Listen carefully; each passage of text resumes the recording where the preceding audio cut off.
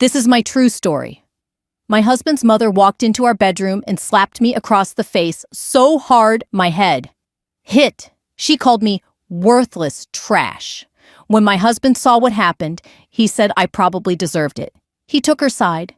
I started packing my bags to leave, but then I found a letter hidden in his drawer, a letter that was never meant for my eyes, a letter that revealed a plan, a meeting scheduled for tonight. And when I found out who signed that letter, my blood went cold. Before I tell you what I did next, tell me where you are watching from, and subscribe. I was in our bedroom folding laundry on a normal Tuesday afternoon. My husband was at work, or so I thought. His mother had a key to our house because my husband insisted she should have one for emergencies. She used it all the time. Would let herself in whenever she wanted without calling first or knocking. I hated it, but my husband always said I was being disrespectful to his mother when I complained. So I stopped complaining and just dealt with it. I heard the front door open and close, heard footsteps coming down the hallway. I assumed it was my husband coming home early, but then his mother appeared in the bedroom doorway. She did not say hello, did not smile, just stood there staring at me with this look of pure hatred on her face. Before I could even ask what was wrong, her hand flew across my face. The slap was so hard and so unexpected that my head turned to the side. My cheek immediately started burning.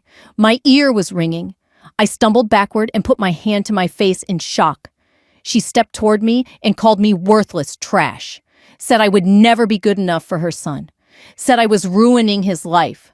Her voice was full of venom and anger. I just stood there, frozen, holding my face, not understanding what was happening or why. Then I heard more footsteps. My husband appeared in the doorway behind his mother. He had been home the whole time. He must have let her in. He stood there watching us, watching his mother assault me in our own bedroom. I looked at him, waiting for him to do something, waiting for him to defend me, waiting for him to tell his mother she crossed a line, that you cannot just walk into someone's home and hit them.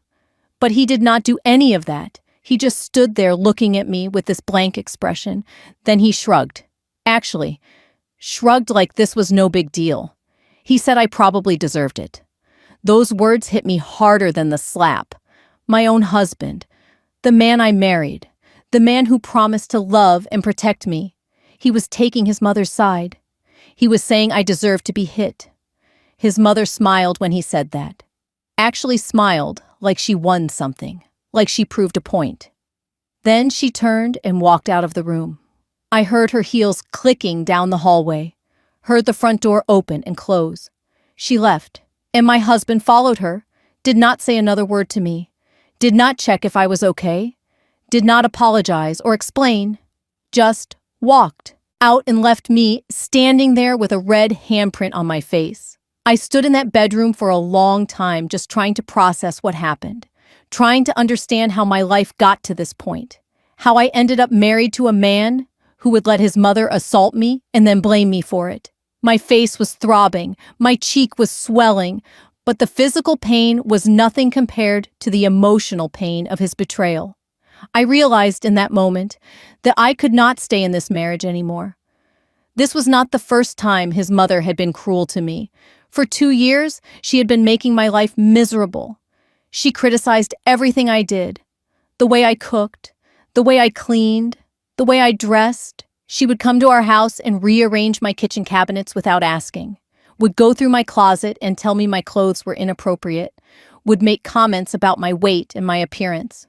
She told my husband I was lazy even though I worked full-time and did all the housework. She told him I was wasting his money even though I paid half of all our bills. She poisoned him against me slowly over time. And he let her. He always made excuses for her behavior. Said it was just her personality. Said it was cultural differences. Said I was being too sensitive. He told me I needed to respect his mother and be more understanding. So I tried. I tried so hard to please her, to make her like me, to prove I was good enough for her son. But nothing I did was ever enough. She hated me, and she made sure I knew it. And today, she finally crossed the line from emotional abuse to physical abuse. She put her hands on me, and my husband said I deserved it. That was my breaking point. I could not stay with a man who would side with his mother over his wife, Who would allow someone to assault me in our own home? Who would blame me for being attacked? I went to the closet and pulled out my suitcases, started throwing clothes inside. My hands were shaking, tears were streaming down my face. My cheek was still throbbing from where she hit me. I was moving on autopilot, not really thinking, just packing, just trying to get out of this house as fast as possible. I opened drawers and grabbed handfuls of clothes, did not fold them, did not organize them, just stuffed them into the suitcase. I was crying so hard I could barely see. My whole body was shaking with anger and hurt and betrayal. How did I end up here? How did I let things get this bad? Why did I stay for so long? I opened the drawer where I kept my underwear and socks, started pulling things out. Then I noticed something. My husband's sock drawer next to mine was slightly open. There was something white sticking out from underneath his socks, something that did not belong there. I do not know why I looked. Maybe curiosity. Maybe I was looking for anything to distract myself from the pain. But I reached over and pulled at the white paper. It was an envelope. Expensive-looking paper, no address on the outside, no stamp. This was hand-delivered. I opened it. Inside was a letter, multiple pages, written in elegant handwriting. I started reading, and what I read made my blood run cold. The letter was dated 3 weeks ago. It started with no greeting, just jumped straight into instructions. It said the arrangement stands. Keep the girl compliant and isolated as discussed. The slap was always part of the plan. We need her broken enough to sign without reading carefully. The properties must transfer before she realizes what she is signing away. I read those words 3 times trying to make sense of them. The slap was always part of the plan. They planned this. Today was not his mother losing her temper or me doing something to upset her. This was calculated, planned. They wanted to break me, wanted me so upset and traumatized that I would sign documents without reading them. What documents? What properties? I kept reading. The letter talked about keeping me isolated from my family and friends, about making me dependent on my husband, about gaslighting me until I did not trust my own judgment. Every single thing that had been happening for the past 2 years was listed in this letter like a step-by-step instruction manual. They had been following a plan to destroy me mentally and emotionally. But why? I scrolled down to see who signed this letter. Who was giving these instructions to my husband? I expected to see his mother's name. She was clearly involved based on the mention of the slap. But when I saw the signatures at the bottom of the page, my stomach dropped. There were 2 signatures. The first one was his mother's name in flowing cursive handwriting. And the second signature below, it made me feel like I was going to throw up. Patricia, my husband's ex-wife. The woman he told me died in a car accident 5 years ago. The woman he cried about when we first started dating. The woman who supposedly left him with nothing but debt and heartbreak. She was alive. Very much alive. And she was working with his mother. They were planning something together. Something that involved breaking me and making me sign documents. I sat down on the bed holding that letter with shaking hands. My husband lied to me. His ex-wife was not dead. She had been alive this whole time. And now she was conspiring with his mother to do something to me. Something involving my property, my assets. I thought about the inheritance I received last year when my father passed away. $200,000 and a piece of property in my name. My husband had been very interested in that inheritance, had suggested multiple times that I should put his name on the property deed, said it would be easier for estate planning, said married couples should share everything. I kept saying no, kept saying I wanted to keep it separate, and he kept pushing. Now I understood why. This was not about love or marriage. This was about money, my money. They wanted to steal from me, wanted to manipulate me into signing over my inheritance. And they were willing to abuse me to make it happen. I kept reading the letter, looking for more information, trying to understand the full scope of what they were planning. Near the bottom, there was another section written in different handwriting. The ink looked fresher, like it was added recently after the original letter was written. It said, "She is starting to question things. We need to move up the timeline. Provoke the slap this week. Get her to the lawyer's office by Friday with the documents. Meeting tonight at 9 p.m. at the usual place to finalize everything. I looked at the clock on our nightstand. It was 6:15. That meant in less than 3 hours, my husband and his mother and his supposedly dead ex-wife were meeting somewhere to finalize their plan. Whatever that plan was. The usual place meant they had been meeting regularly. How many times had they gotten together to discuss how to manipulate and rob me? How long had this been going on? I felt sick thinking about it. Every time my husband said he was working late. Every time he said he had a business dinner. Every time he went to help his mother with something at her house. Was he really meeting with both of them? Planning this? The letter mentioned documents I was supposed to sign by Friday. That was 3 days away. What documents? I started searching through his drawer more carefully, pushed aside his socks and found a folder hidden at the bottom. Pulled it out and opened it. Inside were papers. Legal papers. I started going through them, and my hands started shaking harder. There were property deed transfer forms with my signature already on them. But I never signed these. Someone forged my signature. The forms would transfer my father's property into a trust controlled by my husband. There were life insurance policies that I never agreed to. Policies worth $500,000 with my husband as the only beneficiary. My signature was on those too. Forged. There were bank authorization forms that would give my husband access to transfer money from my accounts. Forms dated for next week, after I was supposed to sign whatever they were going to put in front of me at this lawyer's office. Everything was planned out. They were going to take everything from me. My inheritance, my property, even life insurance policies in case something happened to me. That thought made my blood run cold. Were they planning to hurt me? To kill me? I kept searching and found another letter. This one was from Patricia. It was addressed to my husband and his mother. It laid out the entire plan in detail. She explained how they did this before, how this was not the first time. She had helped my husband's mother do this to other women. They would find women with money or assets. My husband would marry them. They would isolate the women from their families, gaslight them until they were dependent and confused.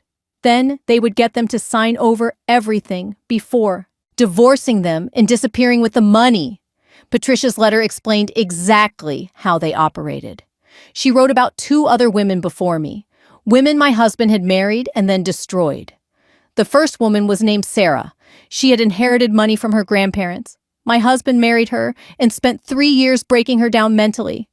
His mother moved in with them and made Sarah's life miserable. They convinced Sarah she was mentally unstable, made her think she needed medication, isolated her from everyone who cared about her.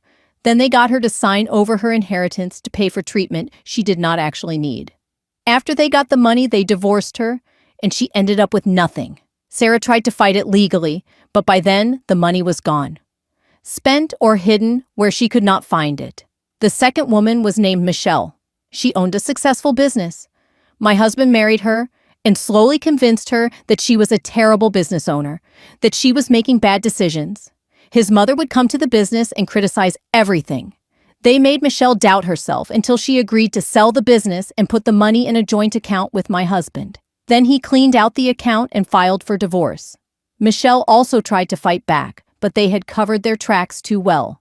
She could not prove the money was stolen because she had willingly put it in a joint account. Patricia's letter said I was number 3. She called me the best target yet because I had both cash and property. She wrote that they needed to be more careful this time because the previous women had filed complaints even though nothing came of them.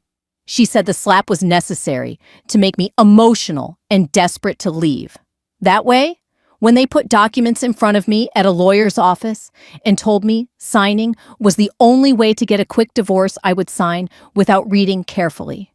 They would tell me these papers were just divorce papers, but hidden in the documents would be property transfers and financial authorizations.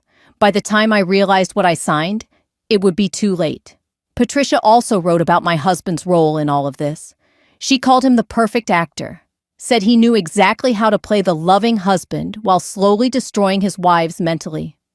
She praised his mother for being the enforcer, the one who could be openly cruel, while my husband played the peacemaker who was caught in the middle.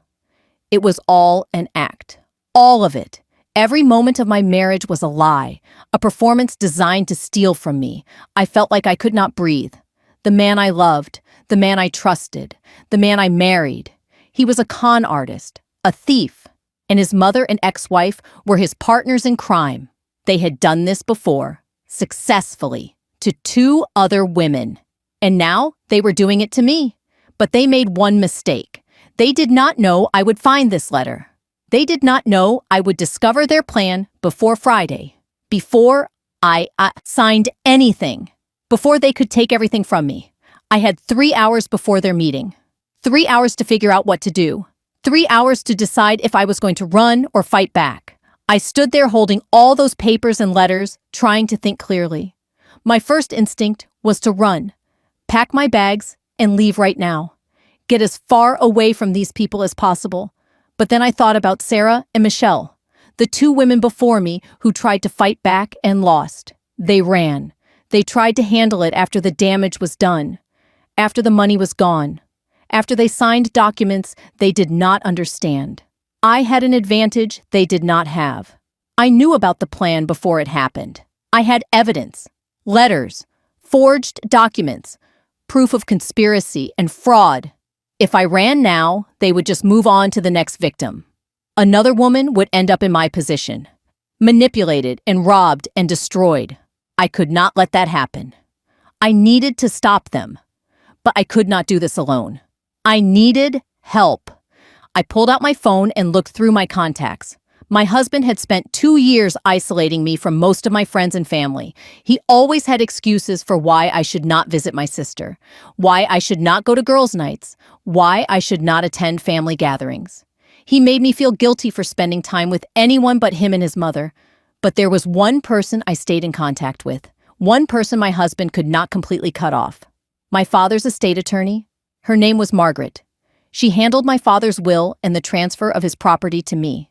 She had been checking in with me every few months to make sure everything was okay with the inheritance. My husband hated when she called. Always made comments about lawyers being nosy and intrusive. Now I understood why. He was afraid she would figure out what he was planning. I called Margaret's number. It was after 6 in the evening, but she answered on the 3rd ring. I told her I needed help urgently, that I found evidence my husband was planning to steal my inheritance. She told me to slow down and explain everything. So I did. I told her about the slap, about finding the letters, about Patricia being alive, about the forged documents, about the 2 other women, about the meeting tonight at 9. Margaret was quiet for a long moment after I finished. Then she said something that gave me hope. She said we are going to set a trap. She told me not to pack, not to leave. She said if I left now, they would destroy the evidence and disappear. She said we needed to catch them in the act. She asked if I was willing to go to their meeting tonight, to pretend I did not know about their plan, to let them think they were winning. I asked what good that would do. She said she was calling the police right now, that I would wear a wire to the meeting, that we would record them admitting to everything, that detectives would be listening and waiting. She asked if I was brave enough to face them, to sit across from my husband and his mother and his ex-wife and pretend I was broken and defeated while they laid out their plan to rob me. I told Margaret yes, I was brave enough. I was angry enough. These people destroyed my life for 2 years, made me question my sanity, made me feel worthless and broken, and they did it all for money. They deserved to be caught. They deserved to face consequences. Margaret said she would be at my house in 30 minutes with police detectives. She told me to put everything back exactly where I found it. The letters, the forged documents, everything. I could not let my husband know I had discovered his hiding place. I carefully folded the letters and put them back in the envelope, put the forged documents back in the folder, arranged his socks on top of everything exactly how they were before, closed the drawer. Then I continued packing my suitcase like I had been doing before I found the letters. If my husband came home, I needed to look like I was still planning to leave, like I was still broken and defeated from the slap, like everything was going according to their plan. Margaret arrived exactly 30 minutes later. She brought 2 detectives with her, a man and a woman. They were both in plain clothes. They introduced themselves and asked me to show them everything I found. I took them to the bedroom and opened my husband's drawer, pulled out all the evidence. They photographed every page, every document, every signature. They asked me questions about my marriage, about his mother, about the abuse and isolation. I told them everything. They said this was clearly fraud and conspiracy, that the forged signatures alone were enough for criminal charges, but they wanted to catch all three of them together, wanted recorded confessions, wanted evidence that would hold up in court beyond any doubt. The female detective pulled out a small device from her bag. She explained it was a recording device. Very small and very powerful. She helped me put it on under my shirt, showed me how to turn it on and off, told me to turn it on right before I walked into the meeting. The detectives explained what I needed to do. I needed to go to the meeting location, act scared and defeated, let them think they won, let them explain their plan to me, get them to talk about the documents they wanted me to sign. The more details they gave, the better. They said they would be in a van outside listening to everything. If at any point I felt unsafe, I just needed to say a code word and they would rush in immediately. We agreed the code word would be Margaret. If I said I wanted to call Margaret, they would know I needed help. I asked where the meeting was. I did not know where the usual place was that the letter mentioned. Margaret said she would call my husband and ask. She would pretend to be calling about estate paperwork, would casually mention that she needed to meet with both of us, would get him to suggest a location. She made the call on speakerphone so we could all hear. Margaret called my husband and put the phone on speaker. He answered on the second ring, sounding cheerful. She said she needed to discuss some paperwork about my father's estate, said it was time sensitive, and could we meet tonight? My husband hesitated. Then he said tonight was not good for him. He had plans. Margaret pushed, said it was really important. My husband finally said he was meeting some family at Giovanni's restaurant at 9, the private room in the back. He said if it was that urgent, she could meet us there. Margaret said perfect and hung up. The detectives looked satisfied.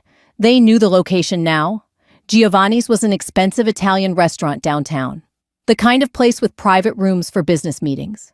The detectives said they would get there early, set up outside in an unmarked van. They gave me an earpiece so I could hear them if I needed guidance. It was tiny and hidden completely once it was in my ear. They tested it to make sure it worked. I could hear the male detective's voice clearly telling me I was doing great. We went over the plan again. I would arrive at 9, exactly. Walk into the private room, act defeated and scared. Let them talk. Let them explain what they wanted from me. Get them to confess as much as possible. The detectives would be listening, recording everything. When they had enough evidence, they would come in and make arrests. I changed clothes into something that looked appropriate for a meeting. A simple dress, fixed my makeup. My cheek was still red from the slap, but I covered it with foundation. Looked at myself in the mirror. I looked calm on the outside, but inside, I was terrified. What if they realized I knew? What if they saw through my act? What if something went wrong? Margaret squeezed my shoulder and said I could do this, that I was stronger than they thought, that I was about to take back my power. The detectives left first to get into position. Margaret drove me to the restaurant at 8:45. We sat in the parking lot for a few minutes. She gave me a pep talk, reminded me that I was not alone, that help was right outside, that this would all be over soon. At 9 exactly, I got out of the car and walked into Giovanni's. Told the hostess I was here for a private party. She led me to the back room, opened the door, and there they were. My husband sitting at the head of the table looking relaxed. His mother next to him with that same cold smile from earlier. And across from them, a woman I had never met in person, but recognized from photos. Patricia, his supposedly dead ex-wife, very much alive. They all looked up when I walked in. My husband stood and gestured to an empty chair, said he was glad I came, that we needed to talk. Patricia stood and walked toward me, put her arms around me in a hug. Her voice was dripping with fake sympathy. She said she heard about what happened with the slap, said that was her idea, that they had to make it real, had to make me desperate enough to do anything to escape. I sat down in the chair trying to look small and defeated. Patricia sat back down across from me. My husband's mother was smiling at me with satisfaction, like she enjoyed seeing me broken. My husband poured a glass of wine and slid it toward me, said I looked like I needed it. I could hear the detectives in my earpiece telling me I was doing good, to stay calm, to let them talk. My husband started speaking first. He said he knew today was hard for me, that his mother went too far with the slap. But he said sometimes tough love was necessary. He said they brought me here because they wanted to help me, wanted to make this divorce as easy as possible for everyone. I asked what divorce. Played dumb. He said clearly our marriage was not working, that I was unhappy, that his mother and I could not get along, that it would be better for both of us to separate now, before things got worse. Patricia jumped in, said she was a divorce attorney, that she specialized in quick and painless divorces, that she could have everything finalized within a week if I cooperated. I asked why she was here. My husband said she was an old friend helping him out. I almost laughed at that. Old friend, his supposedly dead wife. But I kept my face neutral. Patricia pulled out a stack of papers, said these were simple divorce documents, said if I signed them tonight, we could start the process immediately, said I could be free of this marriage by next week. His mother leaned forward, said I should be grateful they were making this so easy for me, that most women in my position would have to fight for years, that they were being generous by offering a quick exit. I reached for the papers, started looking through them. They were watching me carefully. I asked what all these forms were. Patricia explained in a smooth voice, said the first few pages were standard divorce papers, said the pages after that were just formalities, property settlements, asset divisions, financial disclosures. She said I just needed to sign at the bottom of each page and initial the corners, said not to worry about reading all the legal language, that it was standard stuff. I pretended to skim the pages, asked about specific sections. Patricia got more detailed. Started explaining that I would be signing over my father's property to avoid complications, that the life insurance policies were necessary for legal reasons, that the bank authorizations were temporary during the divorce process. Everything she said was a lie wrapped in legal terms meant to confuse me. My husband added that this was the best thing for both of us, that I would be happier without him, that I deserved a fresh start. His mother said I should stop wasting time and just sign. Said I was always so difficult and this was a chance to finally do something right. I picked up the pen they provided, held it over the first signature line, and that was when Patricia made her mistake. She relaxed, smiled, said once I signed these papers I would be free, free to leave, free to start over, free from all of them. She said the slap was worth it because it finally broke me enough to cooperate. I signed my name on the first page, then the second. They were all smiling now, thinking they won, thinking I was stupid enough to fall for their plan. I signed the third page. Patricia was practically glowing with satisfaction. My husband looked relieved. His mother looked pleased with herself. Then the door burst open. The two detectives walked in, followed by two uniformed police officers. Everyone at the table froze. My husband's face went white. His mother stood up so fast her chair fell backward. Patricia's smile disappeared instantly. The lead detective announced they were all under arrest, started reading them their rights: fraud, conspiracy to commit fraud, forgery, identity theft, assault. The charges kept coming. My husband started stammering, asking what was happening. The detective pointed at me, said I had been wearing a wire the entire time, that they recorded everything, every confession, every admission, every detail of their plan. Patricia tried to grab the papers I signed, said those were legal documents and they needed them. The detective took them from her hands, said these were evidence now, evidence of attempted fraud. My husband looked at me with betrayal in his eyes, asked how I could do this to him. I almost laughed. He was asking how I could betray him after he spent 2 years planning to rob me, after he let his mother slap me, after he faked his ex-wife's death and conspired to steal my inheritance. His mother started yelling, said I was an ungrateful girl, that she knew I was trouble from the start. The officers put handcuffs on all 3 of them, led them out of the restaurant. Patricia was crying. My husband was in shock. His mother was still yelling threats at me. Margaret came in after they were taken out, hugged me tight, said I did amazing, that I was so brave, that the recording was perfect, that they had everything they needed to prosecute. The detective said this was one of the clearest cases of fraud conspiracy they had ever worked, that between the letters I found and the recorded confessions, there was no way they could get away with it. They asked if I was okay. I said yes, and I meant it. For the first time in 2 years, I felt okay. Over the next few months, the legal process played out. All 3 of them were charged. Patricia had done this to other women before Sarah and Michelle. The police found 5 more victims once they started investigating. Women who thought they were crazy or alone. Women who had been manipulated and robbed just like I almost was. My husband and his mother took plea deals. Both got prison time. Patricia went to trial and was convicted on multiple counts. Got 10 years. I divorced my husband while he was in jail. Got everything back that was mine. Margaret helped me put legal protections in place so nothing like this could ever happen again. I testified at their sentencing hearings, told the judge what they did to me and to the other women, asked for the maximum sentence. And I got it. They destroyed lives for money. Now they would pay the price. I'd see